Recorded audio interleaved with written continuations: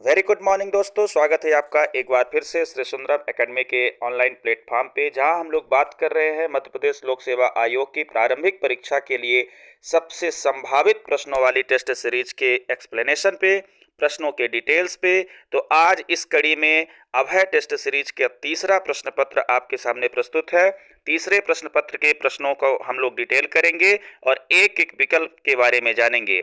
तो आइए बिना किसी विशेष ज़्यादा भूमिका की, बस इतना सी भूमिका में कहूँगा कि यदि आप YouTube चैनल पर हमारे नए हैं तो वीडियो को पूरा देखिए, लास्ट में आप चैनल को सब्सक्राइब करिए जब आपको यह संतोष हो जाए कि हाँ बढ़िया वीडियो है तो।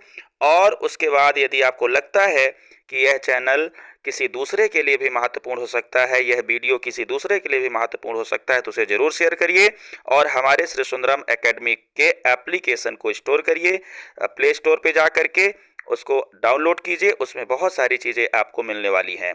तो आइए आज के पहले प्रश्न की ओर हम लोग बढ़ते हैं। पहला प्रश्न है, निम्नलिखित में से, मैं थोड़ा सा पेन ले लेता हूं आपसे।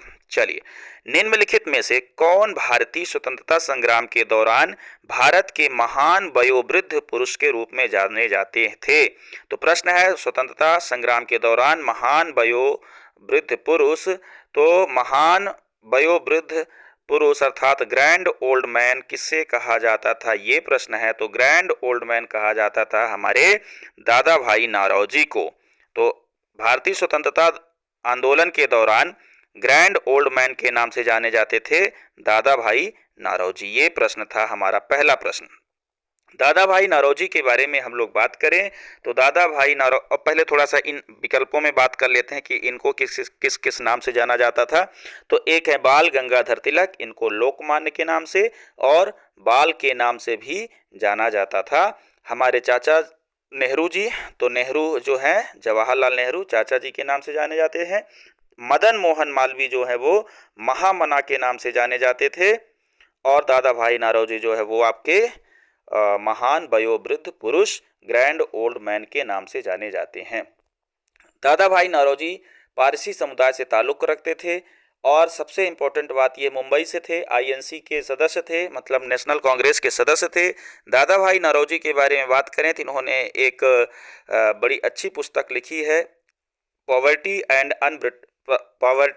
Un British ruled India. तो इस प्रकार से इनकी एक किताब भी है, वो भी याद रखें। दादा भाई नौरोजी की बात करें तो ये जो है तो पहले सदस्य थे भारतीय जो यूके के मेंबर ऑफ पार्लियामेंट हुए, यूके की संसद में मेंबर ऑफ पार्लियामेंट थे और वहाँ होने वाली ये पहले सदस्य भी थे। तो इनके बारे में इतनी बातें महत्वपूर्ण याद रखें। और इंडियन हिस्ट्री ऑफ इकोनॉमी मतलब भारत के आर्थिक इतिहास में इन्होंने धन के निष्कासन सिद्धांत का भी प्रतिपादन किया है। इतना याद रखना है इस प्रश्न में। चलते हैं हम लोग अगले प्रश्न की ओर। अगला प्रश्न हमारा है, प्रसिद्ध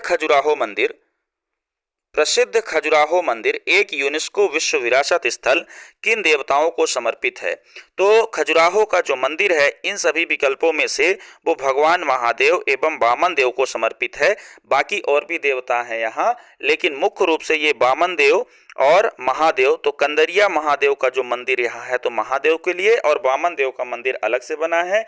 पूरे मंदिर के स्ट्रक्चर में दक्षिणी और पूर्वी भाग प्रसिद्ध हैं। ये हम लोग अलग से खजुराहो के बारे में पढ़ने पे पढ़ सकते हैं, पर यहाँ हमको यह देखना है कि खजुराहो यूनेस्को विरासत है और यूनेस्को विरासत इसको कब दिया गया है? 1986 से ये यूनेस्को विरासत है। खजुराहो है कहाँ? तो खजुराहो छतरपुर में है। ठीक है, यहाँ अन्य मंदिर भी महत्वपूर्ण है। जावरी यहाँ पे जावरी मंदिर है, पार्श्वनाथ जैन मंदिर है, शांतिनाथ मंदिर है, और इस प्रकार से देखा जाए तो यहाँ जैन म्यूजियम भी है। तो यह धार्मिक स्थल न केवल हिंदुओं के लिए बल्कि जैनों के लिए भी महत्वपूर्ण हो जाता है। ठीक है, ये सारे मंदिर यहाँ नहीं हैं। चलते हैं हम लोग अगले प्रश्न की ओर। अगला प्रश्न है, महेंद्रगिरी पहाड़ी किस राज्य में स्थित है? तो महेंद्रगिरी पहाड़ी की हम लोग बात करें तो महेंद्रगिरी पहाड़ी इनमें से जो राज्य है वो उड़ीसा में स्थित है। कहाँ? उड़ीसा में स्थित है। यह पूर्वी घाट की यहाँ पे सबसे ऊंची चोटी भी मिलती है। यह इसकी जो ऊंचाई है वो है 1501 ऊंचाई जो इसकी है महेंद्रगिरी 1501 मीटर है। यह पूर्वी घाट की दूसरी सबसे ऊंची चोटी है। पूर्वी घाट की जो सबसे पहली ऊंची चोटी है वो है आपका देवमाली। तो देवमाली की जो ऊंचाई है पूर्वी घाट की, पश्चिमी घाट की हम लोग बात नहीं कर रहे हैं, पूर्वी घाट की बात कर रहे हैं। पश्चिमी घाट की जो सबसे ऊंची चोटी है वो अन्नामुडी है केरल में, लेकिन ये पश्चिमी पूर्वी घाट की सबसे ऊंची चोटी है, इसकी ऊंचाई है 1672 मीटर। उड़ीसा का महेंद्रगिरी पर्वत, महेंद्रगिरी पहाड़ी के लिए प्रपोजल था हॉट स्पॉट जोन, जैव विविधता के लिए हॉट स्पॉट जोन प्रस्तावित है। यहाँ पे अभी बना तो नहीं है पर यह प्रस्तावित है, तो इस प्रकार से ये महत्वपूर्ण हो जाता है। बायोस्फीयर रिजर्व है यहाँ पे महेंद्रगिरी में। इसके बारे में हम लोग और बात करें तो ये ईस्टर्न घाट का एक बहुत ही जैव विविधता संपन्न स्थल है। महेंद्रगिरी पहाड़ी का पौराणिक ऐतिहासिक महत्व भी है। इसको परशुराम की साधना स्थली भी माना जाता है महेंद्रगिरी पहाड़ी को। ठीक है, चलते हैं हम लोग अगले प्रश्न की ओर। अगला प्रश्न हमारा है चौथा प्रश्न कहता है कि टालमी के अनुसार मध्य प्रदेश का कौन सा स्थल प्राचीन रेशम वस्त्र उद्योग का केंद्र था। तो टालमी ने अपने पुस्तक में, टालमी की इंडियन हिस्ट्री मतलब इंडिया के बारे में, इंडिया के इतिहास के बारे में जो किताब है उसमें इन्होंने प्राचीन रेशम वस्त्र उद्योग माना है किसको, उज्जैन को। तो उज्जैन इनके अनुसार, जिसको उन्होंने क्या कहा है, ओजेन कहा है, ओजेन। अलग अलग शहरों के नाम टालमी ने अपने ग्रंथों में वर्णित किया है। आगे कुछ प्रश्न और हैं टालमी मेगास्थनीज से, उस पर हम लोग डिटेल से चर्चा करेंगे। तो यहाँ पे इन्होंने उज्जैन के लिए ओजेन शब्द इस्तेमाल किया है और प्राचीन रेशम वस्त्र उद्योग का प्रमुख केंद्र माना है। ठीक है, चलते हैं हम लोग अगले प्रश्न की ओर। हमारा अगला पांचवा प्रश्न है इस पे, भारतीय संविधान के किस अनुच्छेद के तहत मणिपुर राज्य के संबंध में विशेष प्रावधान है। तो इस कुछ अनुच्छेद हैं जो अस्थायी हैं, संक्रमणकालीन हैं। भाग 21 के तहत, संविधान के भाग 21 के तहत कुछ अनुच्छेदों को रखा गया है विशेष राज्यों के लिए। और उस विशेष राज्य में मणिपुर की बात करें तो चूंकि मणिपुर में अभी बहुत विवादित रहा है, हिंसा होती रही है, खूब चर्चित रहा है, इसलिए इस प्रश्न की आने की संभावना सबसे ज़्यादा है। तो यह याद रखें कि 371 ग का संबंध किससे है, मणिपुर से है। 371 का आंध्र प्रदेश है, 371 ख जो है तो असम है, और 371 चा सिक्किम है। ठीक है, इसको आप लोग याद कर लें कि 371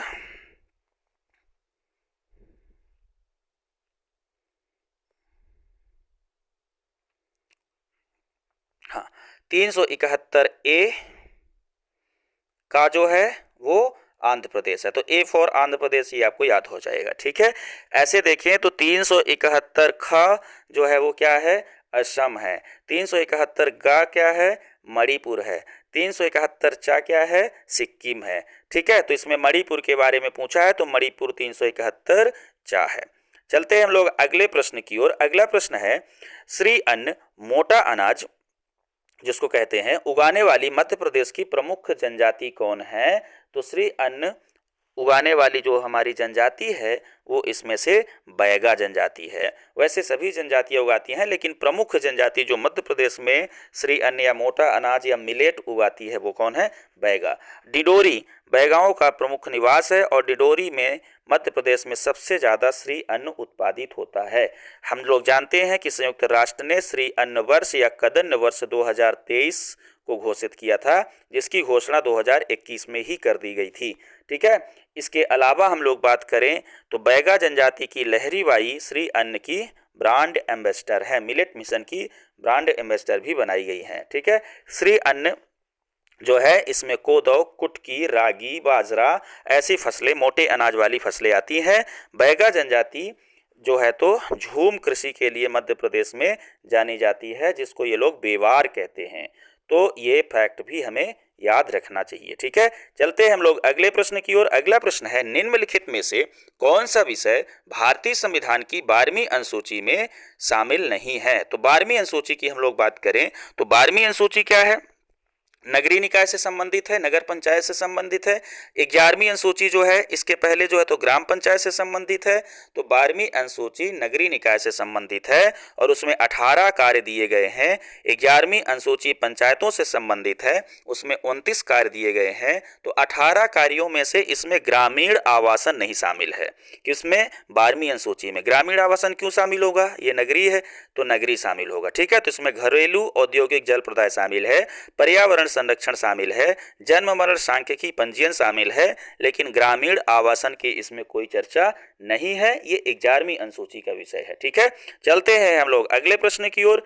हमारा अगला प्रश्न है कि जंगली गधा के लिए प्रसिद्ध भारत का समुद्री राष्ट्रीय उद्यान कहाँ स्थित है? पहला समुद्री राष्ट्रीय उद्यान बनाया गया है जो जंगली गधा के लिए बनाया गया है। ठीक है, तो जंगली गधा के लिए यह राष्ट्रीय उद्यान कच्छ की खाड़ी गुजरात में बनाया गया है। भारत का पहला मैरीन नेशनल पार्क है। ठीक है, कहाँ? कच्छ की खाड़ी गुजरात में बनाया गया है। 1982 में इसको स्थापित किया गया है। यह मुख्य रूप से जंगली गधा और प्रवाल भीत या मूंगे के लिए संरक्षण के लिए बनाया गया है। द्वारिका में स्थित है, मतलब द्वारिका जिले के अंतर्गत ये आता है। यहाँ यदि हम लोग बात करें तो फिजेलिया या फाइसेलिया भी पाए जाते हैं। फिजेलिया और फाइसेलिया की हम लोग थोड़ी सी बात कर लें तो फाइसेलिया ऐतिहासिक रूप से भी बहुत महत्वपूर्ण है। इसको पुर्तगाली मैन ऑफ द वार कहा जाता है। पुर्तगाली man of the war, Physalia को याद रखना, ये प्रश्न भी महत्वपूर्ण हो सकता है। ठीक है, तो ये यहाँ पाए जाते हैं फाइसेलिया भी, तो इसको पुर्तगाली मैन ऑफ द वार, पुर्तगालियों का योद्धा पुरुष के नाम से भी फाइसेलिया को जाना जाता है, जो कि इस समुद्री राष्ट्रीय उद्यान में पाए जाते हैं। तो मुख्य रूप से ये किसके लिए है? जंगली गधा के लिए, लेकिन यहाँ मूंगे और फाइसेलिया या फिजेलिया भी पाए जाते हैं। ठीक है, ये याद रखना है। चलते हैं हम लोग अगले प्रश्न की ओर। जो विद्यार्थी इंग्लिश मीडियम के जुड़े हैं वो चाहें तो इंग्लिश मीडियम देख सकते हैं। मैं यहाँ पे स्किप कर रहा हूँ और 9वें प्रश्न की ओर बढ़ रहा हूँ। 9वां प्रश्न हमारा है, मध्य प्रदेश में पशुपतिनाथ मंदिर कहाँ स्थित है? तो मध्य प्रदेश में पशुपतिनाथ मंदिर की हम लोग बात करें, मध्य प्रदेश में पशुपति मंदिर किस नदी के किनारे स्थित है? तो ये प्रश्न पूछा गया है। तो मध्य प्रदेश में पशुपतिनाथ मंदिर जो है वो शिवना नदी के किनारे स्थित है, मंदसौर में। कहाँ? मंदसौर में। तो हम लोग जानते हैं कि काफी फेमस है पशुपतिनाथ मंदिर। पशुपतिनाथ मंदिर जो है वैसे तो नेपाल में है, मूल जो है वो नेपाल में है, लेकिन एक मंदिर इसी का कहाँ? हमारे मध्य प्रदेश के मंदसौर में है। क्लियर? तो यहाँ मंदसौर में शिवना नदी के किनारे 5वीं-6वीं शताब्दी में 5th 6th AD में यशोधर्मन ने 575 में, यशोधर्मन ने कब? 575 AD में यहाँ मंदिर बनवाया था ये। तो शिवना नदी के किनारे पशुपतिनाथ मंदिर का निर्माण किसने कराया? यशोधर्मन ने कराया 575 AD में, जो कि ये गुप्त शासक था। या गुप्त काल में है, गुप्त शासक नहीं था ये। ठीक है, तो इसने ये मंदिर यहाँ बनवाया है। इसके अलावा ये यहाँ पे एक मंदिर और स्थित है, तापेश्वर। तो तापेश्वर मंदिर भी शिवनी नदी के किनारे स्थित है, ये भी याद रखना है। यह मंदिर पशुपतिनाथ मंदिर अष्टमुखी है। नेपाल में जो पशुपतिनाथ मंदिर स्थित है वो पंचमुखी है, लेकिन ये जो पशुपतिनाथ मंदिर स्थित है वो अष्टमुखी है, ये हमें याद रखना है। हालांकि इस मंदिर की खोज 1940 में हुई। 19 जून 1940 में इस मूर्ति की खोज हो पाई। उसके पहले इसके बारे में लोगों को पता नहीं था। ठीक है, ये याद हमें रखना है। और नेपाल वाले की बात करें तो नेपाल में जो है तो वो जो पशुपतिनाथ मंदिर स्थित है वो बागमती नदी के किनारे स्थित है, बागमती नदी के किनारे स्थित है। हालांकि ये फैक्ट आपसे नहीं पूछेगा, बस यदि कभी पूछेगा तो पशुपतिनाथ मंदिर एक और है पंचमुखी, वो कहाँ है? नेपाल में है, ये पूछेगा आपसे। ठीक है, पशुपतिनाथ मंदिर की जो विशेषता है, यहाँ पे 4 शिवलिंग है। शिवलिंग की 4 अवस्थाओं वाला, 4 अवस्था को वर्णित करने वाला शिवलिंग है पशुपतिनाथ मंदिर में। ठीक है, जिसमें से बाल्यावस्था, युवावस्था, प्रौढ़ावस्था और वृद्धावस्था के बारे में बताया गया है शिवलिंग के माध्यम से। तो ये इसकी खासियत है। मंदसौर में हम लोग बात करें तो यहाँ हिंगलगढ़ का मेला भी लगता है। तो यह भी हमें याद रखना है, हिंगलगढ़ का मेला। इस मंदिर का उल्लेख कालिदास ने भी अपने साहित्य में किया है। कालिदास ने भी अपने साहित्य में उल्लेख किया है। तो कभी आपसे पूछे कि शिवना नदी के किनारे जिस मंदिर का उल्लेख कालिदास ने किया है वो कौन सा है, तो वो पशुपतिनाथ मंदिर है। शिवना नदी की बात करें तो शिवना नदी राजस्थान से निकल के प्रवाहित होती है और चंबल में जाकर के मिल जाती है। तो ये राजस्थान की नदी है और प्रवाहित होते हुए चंबल में मिल जाती है। इस प्रकार से देखें तो शिवना नदी भी महत्वपूर्ण है आपके लिए।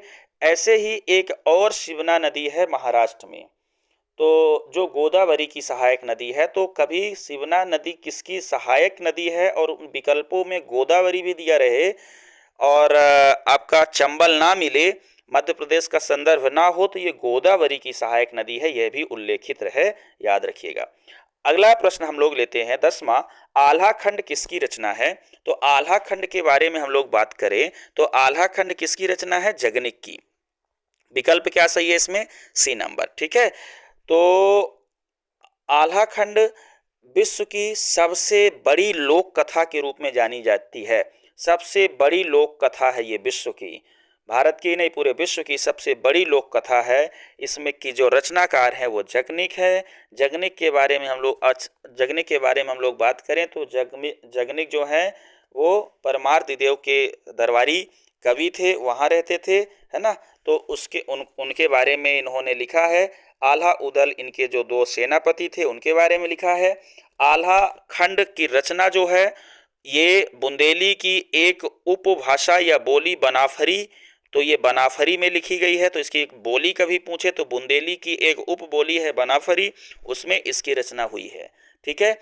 इसमें कुछ अन्य विद्वानों के बारे में बात कर लें तो जैसे घाघ एवं भट्टरी जो हैं, तो घाघ एवं भट्टरी ये दो लोग एक साथ कृषि वैज्ञानिक हैं, कृषि वैज्ञानिक हैं, ठीक है। तो कृषि वैज्ञानिक हैं घाघ भट्टरी। ईसुरी की बात करें तो लोक कवि ईसुरी फाग के विशेषज्ञ हैं।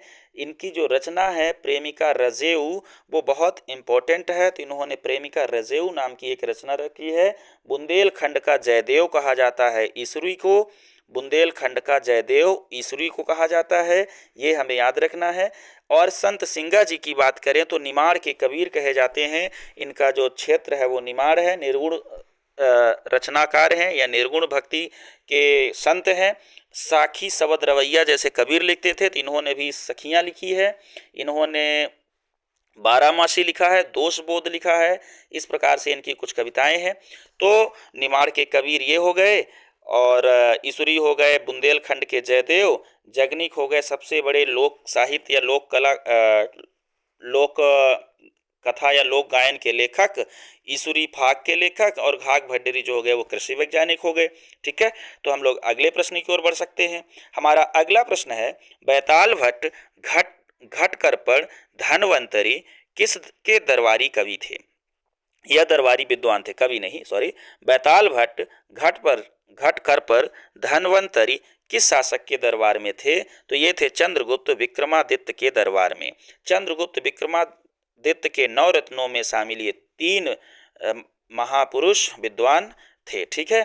तो यदि थोड़ा थोड़ा हम लोग इनके बारे में बात कर लें तो हम लोग जानते हैं कि विक्रमादित्य 57 बीसी से 19 एडी तक का शासक रहा है, हमारे उज्जैन के शासक रहे हैं, ठीक है। और इनके शकों को हराने के उपलक्ष्य में 57 बीसी से विक्रम संवत भी मनाया जाने लगा इस उल्लेख में। तो 57 बीसी में इन्होंने शकों को पराजित किया मध्य प्रदेश में। तो शकों को पराजित करने के उपलक्ष्य में क्या संवत मनाने लगे, शक संवत, विक्रम संवत मनाने लगे, ठीक है। तो ये इनके बारे में एक उल्लेखनीय बात है। यदि इनके नवरत्नों के बारे में और भी बात कर लें थोड़ा सा, और कौन कौन से थे, तो 3 तो ये हो गए। एक थे छपड़क, एक थे अमर सिंह, एक थे कालिदास, एक थे वरुरुचि और एक थे शंकु। तो देखिए छपड़क चौथे, 3 ये हो गए, बैताल भट्ट, घटपड़क, धन्वंतरी, छपड़क, अमर सिंह, अमरकोश के रचनाकार, कालिदास, वररुचि, शंकु, 3, 4, 5, 6, 7, 8 और एक थे वराह मिहिर, 9 वराह मिहिर। ठीक है, चलिए थोड़ा थोड़ा इनके बारे में एक बार फिर से देख लेते हैं कि एक सब कौन क्या थे, कौन क्या थे, ये भी थोड़ा सा देख लेते हैं। तो बैताल भट्ट, बैताल भट्ट, घटकर पर धन्वंतरी, है ना। तो बैताल भट्ट जो थे वो एक नीतिकार कह सकते हैं आप इनको, हाँ नीतिकार कह सकते हैं बैताल भट्ट को। जो घटकर पर थे ये संस्कृत के विद्वान थे, संस्कृताचार्य थे। धन्वंतरी औषधाचार्य थे, मतलब ये वैद्य थे। धन्वंतरी के बारे में तो हम लोग जानते हैं, पहले भी वीडियो में मैं बता चुका हूँ, वैद्य थे। ठीक है, छपड़क जो है वो भी साहित्यकार थे। छपड़क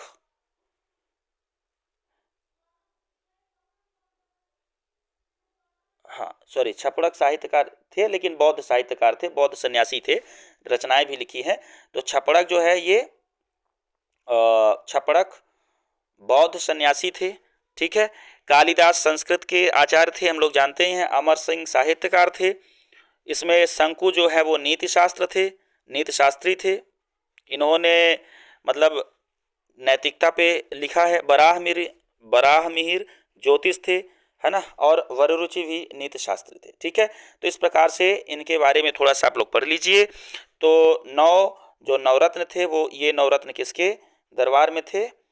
विक्रमादित्य के दरबार में थे। ठीक है, इसके अलावा यदि हम लोग थोड़ा सा विक्रमादित्य के बारे में और फैक्ट की बात कर लें तो विक्रमादित्य टीला नाम से एक टीला है उज्जैन में, तो उसको भी याद रखना है। विक्रमादित्य टीला उज्जैन में, इसको विक्रमादित्य संग्रहालय के नाम से भी जाना जाता है, विक्रमादित्य संग्रहालय के नाम से भी जाना जाता है। तो ऐसे कुछ फैक्ट भी पूछ सकते हैं। अब एक प्रश्न ऐसे ही और आता है नवरत्नों से, अकबर के बारे में। तो अकबर के नवरत्नों के बारे में भी आपको जानना चाहिए। तो अकबर के नवरत्न भी आप लोग देख लीजिए, जैसे बीरबल थे, यहाँ तानसेन थे, अबुल फजल थे, फैजी थे, है ना, टोडरमल थे, मुल्ला दो प्याजा थे, रहीम खान खाना थे, आजियाउद्दीन थे सूफी संत, राजा मान सिंह सेनापति थे। तो इस प्रकार से अकबर के नवरत्न भी देख लेना है और दोनों में कंफ्यूज नहीं होना है। एक इधर विक्रमादित्य के नवरत्न, वीडियो को थोड़ा पीछे करके देखेंगे तो आप लिख भी सकते हैं, यहीं पे मैंने बता दिया है। ठीक है, चलते हैं हम लोग अगले प्रश्न की ओर। हमारा अगला प्रश्न 12वां प्रश्न है कि भारतीय वैज्ञानिक उपलब्धियों के संदर्भ में निम्नलिखित में से कौन सा सुमेलित नहीं है? तो भारतीय वैज्ञानिक उपलब्धियों के बारे में बात करें तो भूकंप की भविष्यवाणी वराह मिहिर किए थे, सही बात है, कोई दिक्कत नहीं। परमाणु सिद्धांत की खोज महर्षि कणाद को माना जाता है, बिल्कुल सही बात है। सापेक्षता का सिद्धांत यहाँ भास्कराचार्य लिखा, ये गलत है। सूर्य सिद्धांत आर्यभट्ट सही है। तो सापेक्षता का सिद्धांत किसने खोजा है भारत में? नागार्जुन ने। किसने? नागार्जुन ने। और इसीलिए नागार्जुन को क्या कहा जाता है? नागार्जुन को भारत का आइंस्टीन कहा जाता है, क्योंकि नागार्जुन ने ही खोज की है किसकी? सापेक्षता के सिद्धांत की। और आइंस्टीन ने भी बाद में खोज की है किसकी?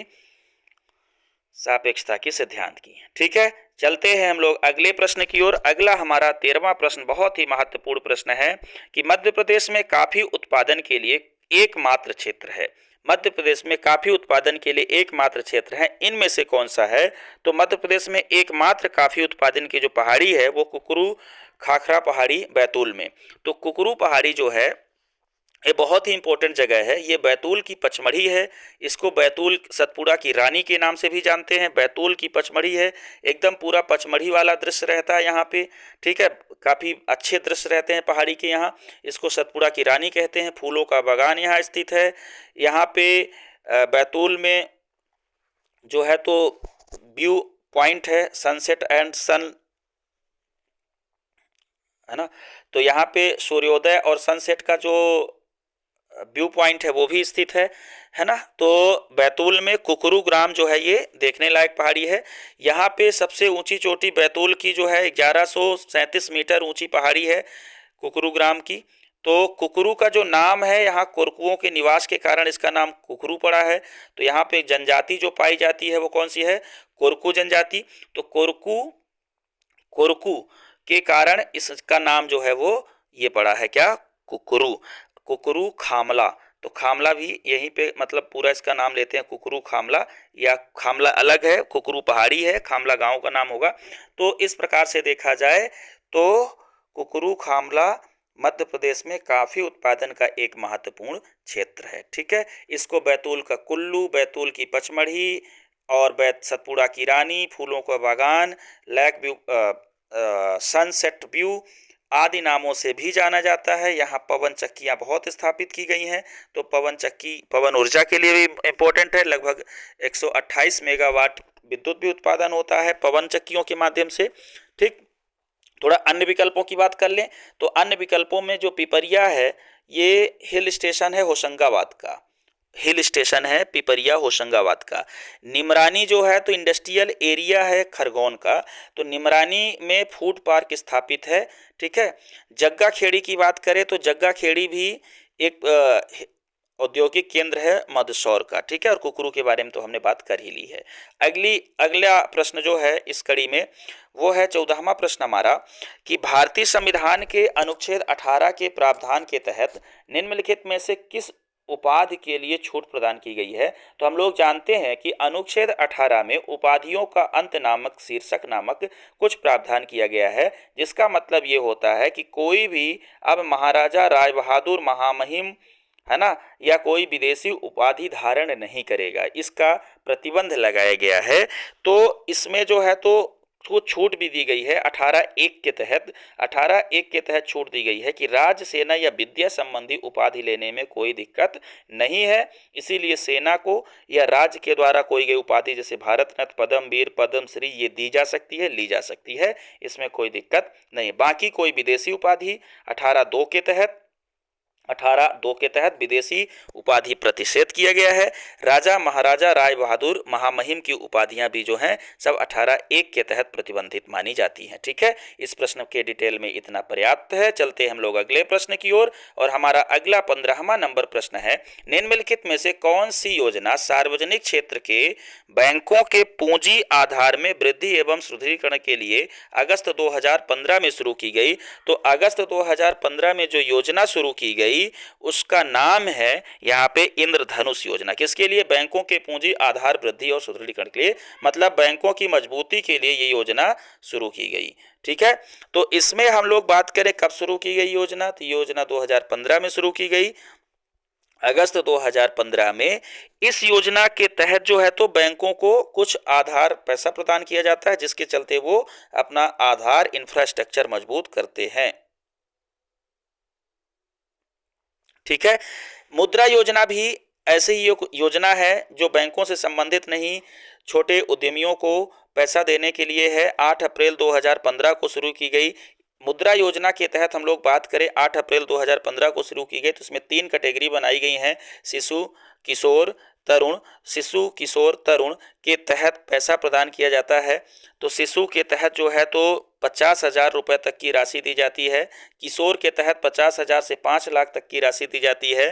तरुण के तहत 5 लाख से 10 लाख तक की राशि दी जाती है। ये उद्योगों के प्रकार है, किशोर, तरुण और शिशु, किशोर, तरुण। ठीक है, ये मुद्रा योजना के तहत है, इंद्रधनुष योजना के तहत नहीं। इसका संबंध बैंकिंग से है और ये छोटे उद्यमियों को दी जाने वाली सहायता है। स्वामित्व योजना की बात करें तो 24 अप्रैल 2020 को शुरू हुई स्वामित्व योजना। ये इसका जो संबंध है स्वामित्व योजना का, ये कुल मिलाकर के आपका ये भी उद्योगों से संबंधित है। इसी प्रकार से एक योजना शुरू की गई कुसुम। कुसुम जो है 8 मार्च 2019 को शुरू की गई। इसका जो संबंध है पीएम कुसुम का, ये ऊर्जा क्षेत्र की योजना है, तो इसे भी याद रखना है। ठीक है, तो सॉरी, कुसुम ऊर्जा क्षेत्र की नहीं है, स्वामित्व ऊर्जा क्षेत्र की है।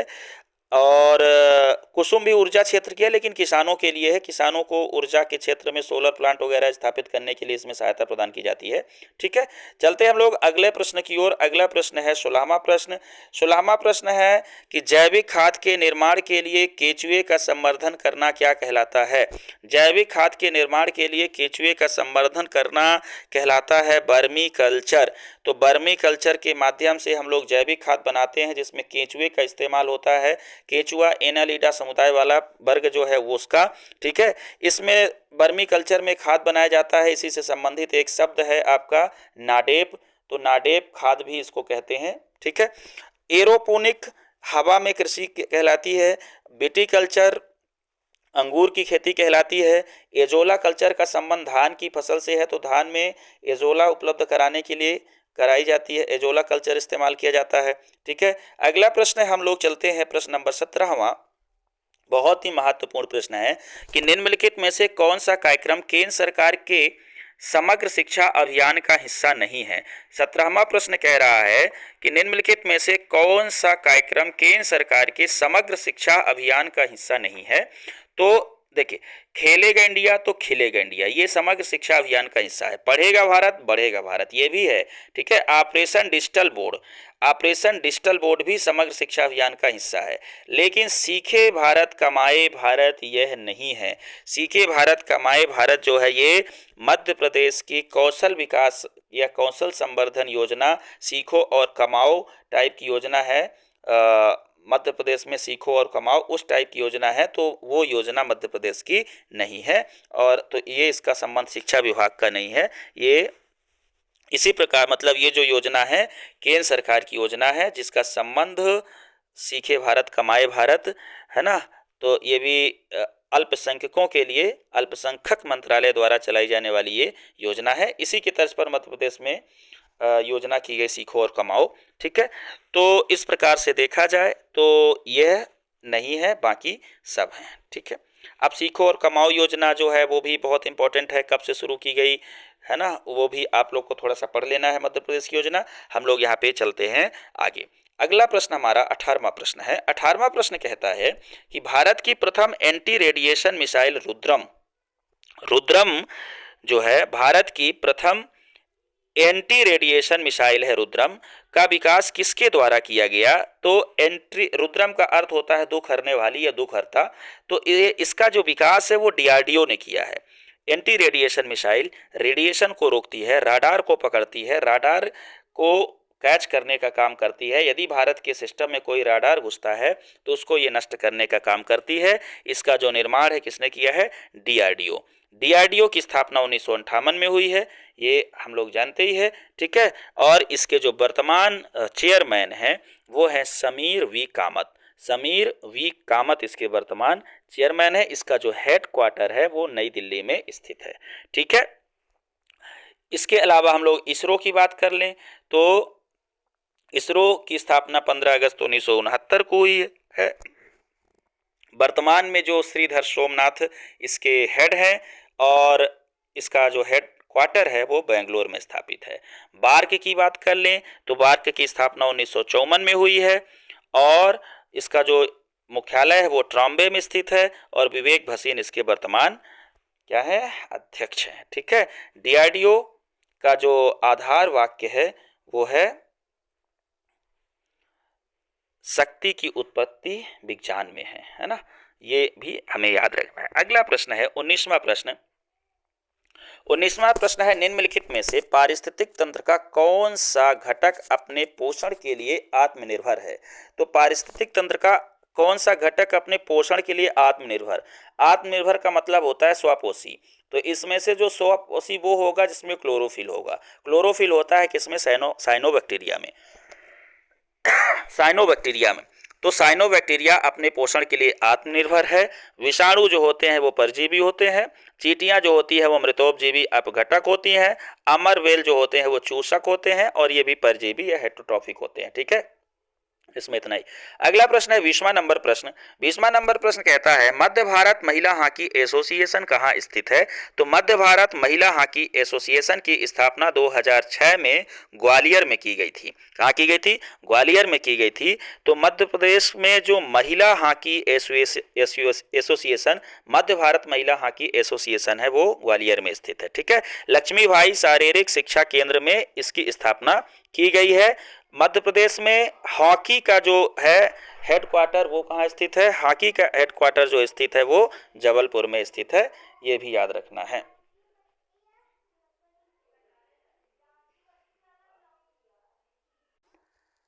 तो इस प्रकार से इस प्रश्न का हम लोग उत्तर देख लिए, ग्वालियर। चलते हैं अगले प्रश्न की ओर। प्रश्न नंबर 21वां हमारे साथ है। 21वां प्रश्न ये कह रहा है, ये रहा कि ठहरे जलाशयों में सुपोषण बहुपोषण लिखा है, सॉरी है वो एक ही बात, सुपोषण बहुपोषण।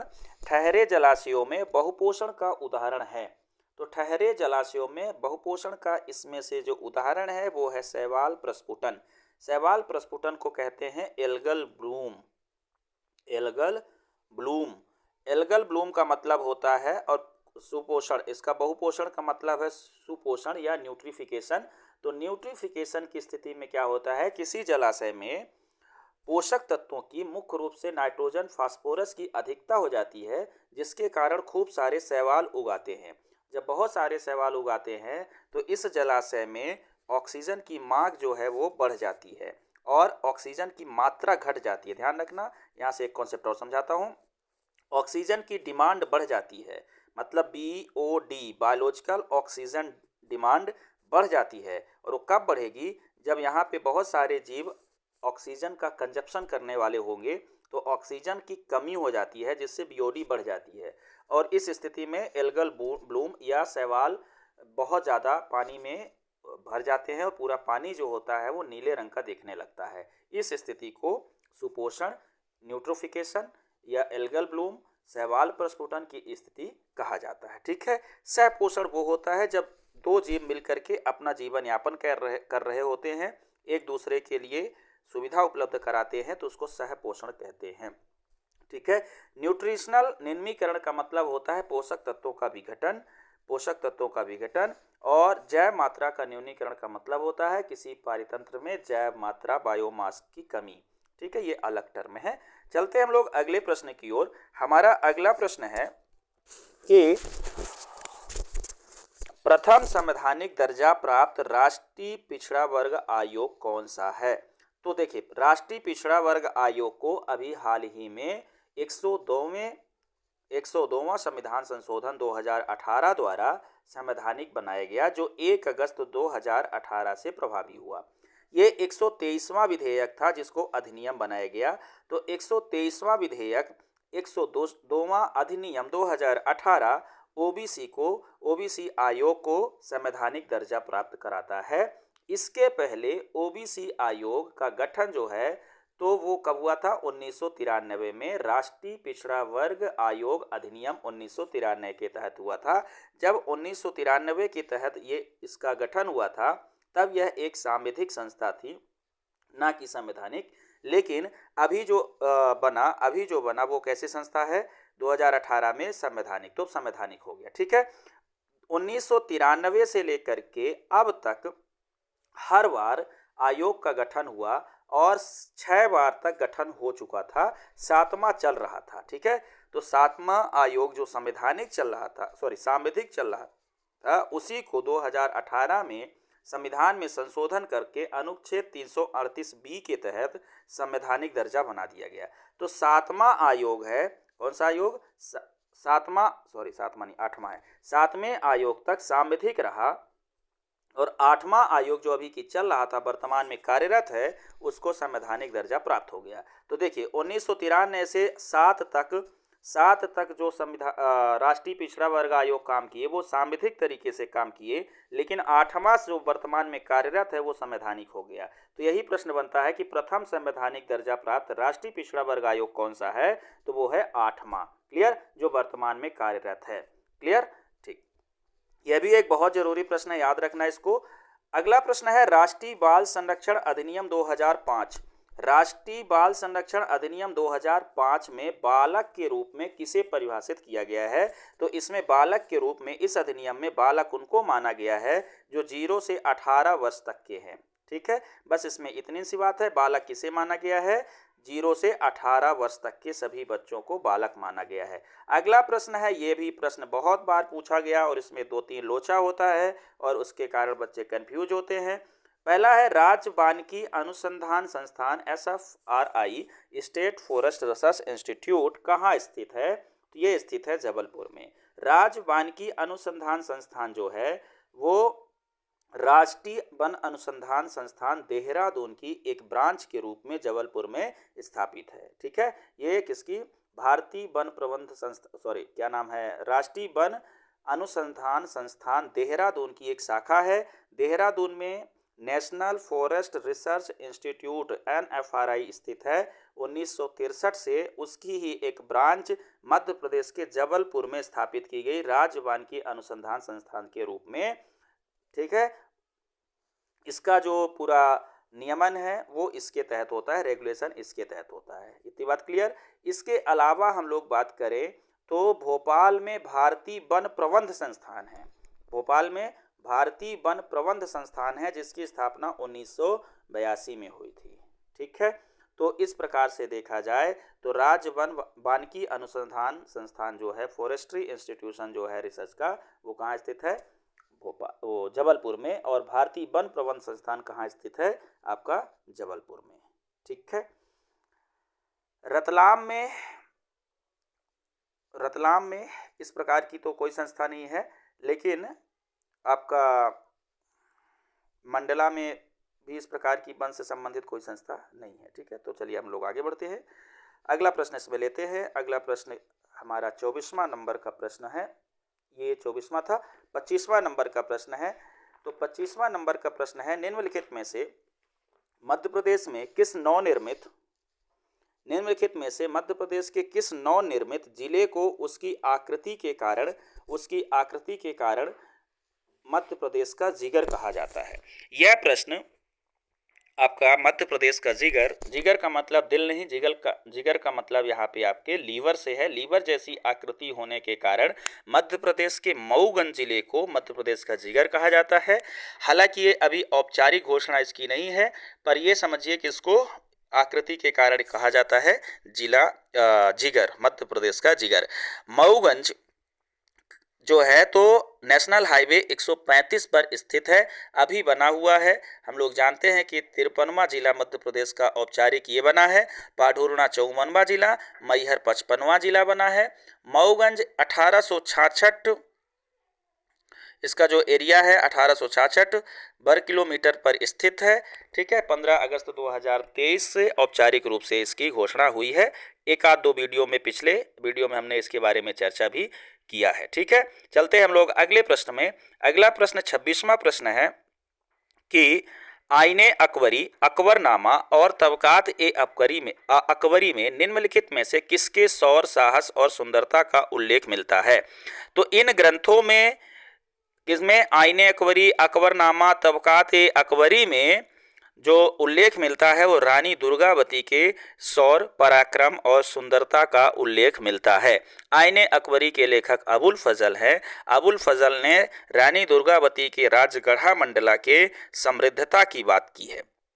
तबकात ए अकबरी में सौंदर्य की बात की गई है। तबकात ए अकबरी जो है इसमें इनके रानी दुर्गावती के सौंदर्य की बात की गई है। ठीक है, इसके अलावा हम लोग बात करें रानी दुर्गावती की, तो रानी दुर्गावती 1550 से 1564 तक गढ़ा राज्य की शासिका रही हैं। रानी दुर्गावती का हाथी जो सरमन था वो भी काफ़ी इम्पोर्टेंट है। ये हाथी इनके पास था सरमन, और इनका जो सेनापति थे, इनके जो सेनापति आधार सिंह, वो भी इम्पोर्टेंट है, उनको याद रखिएगा। रानी दुर्गावती अकबर के सेनापति से लड़ते हुए 24 जून 1564 को शहादत प्राप्त की, शहीद हुई, ये भी याद रखना है, जिसको शहीद दिवस के रूप में मनाया जाता है। ठीक है, अगला प्रश्न हम लोग लेते हैं कंथेरी दान पत्र। तो कंथेरी दान पत्र का संबंध किस परमार शासक से है, यह प्रश्न पूछा गया है। तो कंथेरी दान पत्र का जो संबंध है इनमें से वाकपति मुंज से है। किससे? वाकपति मुंज से है। हम लोग जानते हैं कि वाकपति मुंज मालवा के शासक हुए 950 एडी में। 950 एडी में इनके कुछ और अभिलेख हैं उस जो वाकपति मुंज से संबंधित है। सीयक द्वितीय के पुत्र थे, ये सीयक द्वितीय के पुत्र थे। ठीक है, तो इन्होंने 950 में हूणों को पराजित किया था। उसका उल्लेख भी इसमें लिखा है, किसमें? कंथेरी दान पत्र में। तो कंथेरी दान पत्र में हूणों को पराजित करने की घटना का वर्णन मिलता है। हस्तिकुंड अभिलेख इनका वाकपति मुंज का दूसरा अभिलेख है, वो भी याद रखना है, हस्तिकुंड अभिलेख। इसके अलावा इनका उदयपुर का अभिलेख भी काफ़ी महत्वपूर्ण है। उदयपुर का अभिलेख, हस्तिकुंड अभिलेख में शक्ति कुमार को, गुहिल का शासक था, गुहिल के शासक शक्ति कुमार को हराने का उल्लेख किया गया है हस्तिकुंड में। हस्ति शक्ति याद रखिएगा। उदयपुर अभिलेख में कलचुरी के युवराज को पराजित करने का उल्लेख किया गया है। ठीक है, कंथेरी दान पत्र की बात करें तो कंथेरी दान पत्र जो है तो इसमें लिखा है कि मुंज ने चालुक्य शासक तैलप तृतीय को हराया था 6 बार। तो तैलप तृतीय को हराने का उल्लेख भी किसमें? कंथेरी दान पत्र में किया गया है। ठीक है, कंथेरी दान पत्र के अनुसार, इसमें कंथेरी दान पत्र के अनुसार नाडाल के चौहान शासक बलिराम पर आक्रमण करने की भी बात की गई है और बलिराज पर आक्रमण करने की बात की गई है। और ये कहा गया कि वाकपति मुंज ने बलिराज पर आक्रमण करके आबू पर्वत पर कब्जा कर लिया था। तो कभी आपसे पूछे कि मुंज कौन सा शासक था, परमार वंश का कौन सा शासक था जिसने आबू पर्वत पर कब्जा कर लिया था, तो ये वाकपति मुंज था। और ये सीयक द्वितीय का पुत्र है ना, 950 एडी में हूणों को इन्होंने पराजित किया। ये सारी बातें कंथेरी दान पत्र में लिखी है। 2 बातें अलग से हैं जो कंथेरी में नहीं है, वो है हस्तिकुंड में एक बात कि इन्होंने गुहिल शासक शक्ति कुमार को हराया और कलचुरी के शासक युवराज को पराजित किया और त्रिपुरी पर कब्जा किया, वो उदयपुर अभिलेख में है। ठीक है, तो एक अभिलेख इनका कौन सा है? हस्तिकुंड, जिसमें शक्ति कुमार को हराने की बात कही है। दूसरा है उदयपुर अभिलेख, जिसमें कलचुरी के युवराज को हराने की बात की गई है और त्रिपुरी पर कब्जा करने की बात की गई है उदयपुर अभिलेख में। ठीक है, तो ये बहुत ही महत्वपूर्ण प्रश्न है मध्य प्रदेश के इतिहास से संबंधित। अगला प्रश्न है टेरिस एवं कयाल। टेरिस एवं कयाल निम्नलिखित में से किस तट की विशेषता है? तो टेरिस और कयाल जो है ये मालाबार तट की विशेषता है। मालाबार तट जो हम लोग जानते हैं केरल का तट है। इसमें से जो टेरिस होता है वो बालू का स्तूप होता है, बालू का ढेर होता है, बालू का स्तूप इसको बोलते हैं, ऐसे बने होते हैं। इन्हीं के सहारे कुछ पानी पीछे भर जाता है इनके, जिसको पश्च जल कहा जाता है। तो पश्च जल को कयाल या लैगून कहते हैं। तो टेरिस एक आकृति है बालू की, बालू का स्तूप इसको बोलते हैं वेस्टर्न घाट का, और इसी में पीछे इसके पानी भर जाता है जिससे झील का निर्माण होता है, जिसको कयाल कहा जाता है। तो कयाल एक प्रकार के क्या है? लैगून झील है। ठीक है, वेम्बनाड झील, अष्टमुड़ी झील यहाँ पे स्थित इसी प्रकार की झील है जिनको स्थानीय भाषा में कयाल कहा जाता है। मालाबार तट पश्चिमी घाट का सबसे विस्तृत विस्तार वाला तट है। ठीक है, ये भी याद रखना है। बाकी इस प्रश्न में इतना ही है। अगला प्रश्न हम लोग लेते हैं, प्रश्न नंबर 29वां प्रश्न है, देश का प्रथम आदिवासी शोध संचार केंद्र कहाँ स्थित है? देश का प्रथम आदिवासी शोध संचार केंद्र कहाँ स्थापित किया गया है? तो देश का प्रथम जो आदिवासी शोध संचार केंद्र स्थापित किया गया है 1994 में, वो झाबुआ में स्थापित किया गया है। ठीक है, तो आदिवासी संचार शोध केंद्र जहां आदिवासियों के संचार के बारे में शोध किया जाता है, रेडियो स्थापित किए जाते हैं। ठीक है, तो वो झाबुआ में पहला स्थापित हुआ 1994 में। यह इसी प्रकार की एक योजना है वान्या रेडियो। तो वान्या रेडियो की भी स्थापना जो है मध्य प्रदेश में कई जगह पर की गई है। वान्या नाम का एक मंच स्थापित किया गया 1980 में, जिसमें इस प्रकार की सारी गतिविधियां की जाती है। ठीक है, तो वान्या का संबंध, वान्या योजना या वान्या रेडियो का संबंध जो है वो भी आदिवासियों के संचार शोध से रिलेटेड है। ठीक है, अगला प्रश्न हम लोग इसमें लेते हैं, प्रश्न नंबर 30वां, कि निम्नलिखित में से कौन स्वराज पार्टी 1923 के संस्थापक सदस्यों में शामिल थे। तो इनमें से जो संस्थापक सदस्यों में शामिल थे वो थे चित्तरंजन दास। कौन? चित्तरंजन दास। स्वराज पार्टी की स्थापना 1923 में पंडित मोतीलाल नेहरू और चित्तरंजन दास ने मिलकर के की थी। इसके जो तीसरे सदस्य थे वो चिंतामण केलकर थे। तो एक सदस्य हो गए जवाहरलाल नेहरू, नहीं मोतीलाल नेहरू, मोतीलाल नेहरू। तो मोतीलाल नेहरू, चित्तरंजन दास और चिंतामण केलकर, ये 3 लोग प्रसिद्ध हैं इसमें। तो मोतीलाल नेहरू सचिव थे, चित्तरंजन दास अध्यक्ष थे, स्वराज पार्टी की स्थापना हो गई। ठीक है, 1923 में। अगला प्रश्न है 31वां प्रश्न, कि अरहर या तुअर के संदर्भ में कौन सा कथन असत्य है। तो अरहर, सीहोर में अरहर अनुसंधान केंद्र स्थापित है, बिल्कुल सत्य है, कोई दिक्कत नहीं। अरहर रबी की फसल है, रबी की फसल नहीं है अरहर, अरहर खरीफ की फसल है। ठीक है, तो अरहर जो होती है वो खरीफ की फसल है। मध्य प्रदेश में तो खासकर खरीफ की फसल है, दलहन के अंतर्गत आती है, ये सत्य है, लेकिन खरीफ की फसल है। तो इस प्रकार से यही कथन जो है वो सही नहीं है। मध्य प्रदेश अरहर उत्पादन में अग्रणी है, नो डाउट अग्रणी है, पर पहले नंबर पे नहीं है। ठीक है, दोमट मिट्टी अरहर के लिए उपयुक्त है। देखिए, दलहन में मध्य प्रदेश पहले नंबर पर है, लेकिन अरहर के उत्पादन में महाराष्ट्र पहले नंबर पर है इसमें। ठीक है, तो दूसरे नंबर पे इसमें कर्नाटक, तो कभी कर्नाटक कभी महाराष्ट्र, कभी कर्नाटक कभी महाराष्ट्र, तो वर्तमान में जो है वो महाराष्ट्र है। लगभग 1/3 अरहर का उत्पादन महाराष्ट्र में होता है। दोमट मिट्टी में होती है, ये बात सत्य है। ठीक है, तो दोमट बलुई मिट्टी इसके लिए सबसे ज्यादा उपयुक्त होती है। मध्य प्रदेश में देश का 7% अरहर उत्पादित होता है।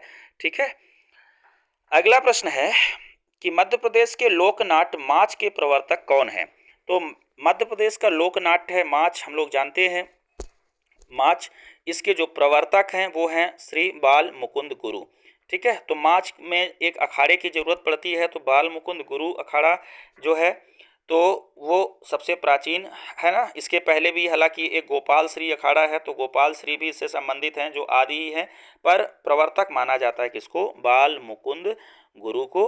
इसमें राधा कृष्णन, कालूराम जी और अन्य भी नाम है, श्री ओम प्रकाश शर्मा, श्री सिद्धेश्वर सेन, श्री रेवाराम, ये सब इन्हीं के शिष्य हैं। और मूल जो है प्रवर्तक कौन है माच के, वो बाल मुकुंद गुरु माने जाते हैं। ठीक है, अब इंपॉर्टेंट प्रश्न है ये सारे। अगले प्रश्न की ओर हम लोग बढ़ते हैं, और हमारा अगला प्रश्न है 33वां नंबर प्रश्न, और इस वीडियो का आज का आखिरी प्रश्न। 33 प्रश्नों के 3 सीरीज में हम लोग एक पेपर को समाप्त करते हैं। तो आज का हम लोग यहाँ पे आखिरी प्रश्न ले रहे हैं, और ये है इंटरनेट ऑफ थिंग्स में कौन सा शामिल नहीं है। तो इंटरनेट ऑफ थिंग्स का मतलब होता है वस्तुओं को इस प्रकार से एक दूसरे से कनेक्ट कर देना कि एक ही स्विच से आपके सारे काम होते रहें। तो वस्तुओं को एक दूसरे से कनेक्ट करके उसमें ऑटोमेशन पैदा करना कि वो सारे काम ऑटोमेटिक तरीके से होते रहें, इसको कहते हैं इंटरनेट ऑफ थिंग्स। मतलब वस्तुओं में इंटरनेट का इस्तेमाल कर लेना। ठीक है, सिंपल वे में यही कॉन्सेप्ट है।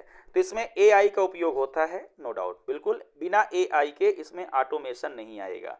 तो ऑटोमेशन के लिए स्वविवेक का इस्तेमाल करेगी मशीन, तो उसके लिए एआई की ज़रूरत है। ठीक, दूसरा सेंसर्स, तो बहुत इंपॉर्टेंट है, इसमें सेंसर्स का काम होता है। ठीक है, तीसरा सक्रिय व्यस्तता। सक्रिय व्यस्तता का मतलब होता है कि इंटरनेट ऑफ थिंग्स से जुड़ी एक चीज़ दूसरी चीज़ से जब जुड़ती है तो इसमें सब सक्रिय रूप से व्यस्त होते हैं, तो ये भी इसका अंग है, इसमें शामिल है। लेकिन ड्राइव ट्रेन की बात करें तो ड्राइव ट्रेन का इस्तेमाल फिजिकली इंजन के लिए इस्तेमाल किया जाता है, इंजन में इंट्रैक्शन के लिए इस्तेमाल किया जाता है, एक कलपुर्जा दूसरे कलपुर्जे से जुड़ा होता है। तो ये ड्राइव ट्रेन का इस्तेमाल इंटरनेट ऑफ थिंग में जनरली नहीं होता है। ठीक है, तो इस प्रकार से आज के ये 33 प्रश्न जो कि काफ़ी महत्वपूर्ण है, आने वाले 10 टेस्ट सीरीज मतलब 7 टेस्ट सीरीज और हैं जिनके इसी प्रकार से महत्वपूर्ण प्रश्नों की बात करेंगे। तो आज के जो 33 प्रश्न हैं ये परीक्षा की दृष्टि से काफ़ी महत्वपूर्ण साबित हुए। अगले वीडियो में दूसरे नंबर पे मतलब अभय टेस्ट सीरीज का तीसरा प्रश्न पत्र 33 प्रश्नों के माध्यम से हम लोग पूरा करेंगे। फिर इसके बाद अगला जो है तो इसमें 34 प्रश्न लेकर के तीसरे टेस्ट सीरीज को ओवर करेंगे। इस प्रकार से 100 प्रश्न इसमें आपको मिलेंगे। आगे आने वाले वीडियो 700 और प्रश्न हैं मतलब टोटल 10 टेस्ट सीरीज में, तो लगभग 1000 प्रश्नों का एनालिसिस इस प्रकार से हो जाएगा जो कि काफ़ी महत्वपूर्ण होगा। निश्चित रूप से यह टेस्ट सीरीज आपकी परीक्षा में काफ़ी महत्वपूर्ण साबित होगी, तो आप इसको देखें। कहीं यदि नहीं समझ में आया है तो रिपीट करके देखें, और यदि आप चैनल पर नए हैं तो आपसे दरख्वास्त है कि चैनल को सब्सक्राइब करें। मेंस के लिए भी बहुत सारे प्रोग्राम हमारे पास हैं जो आने वाले हैं, आके आपको सहायता करेगी। आपसे जुड़े यदि कोई तैयारी करने में असहज महसूस हो रहा है, कठिनाई महसूस कर रहा है, तो आप उसको इस वीडियो को शेयर करें। यदि आपको कोई दिक्कत है तो हमें कमेंट करके बताएं। आज के लिए इतना ही। जय हिंद।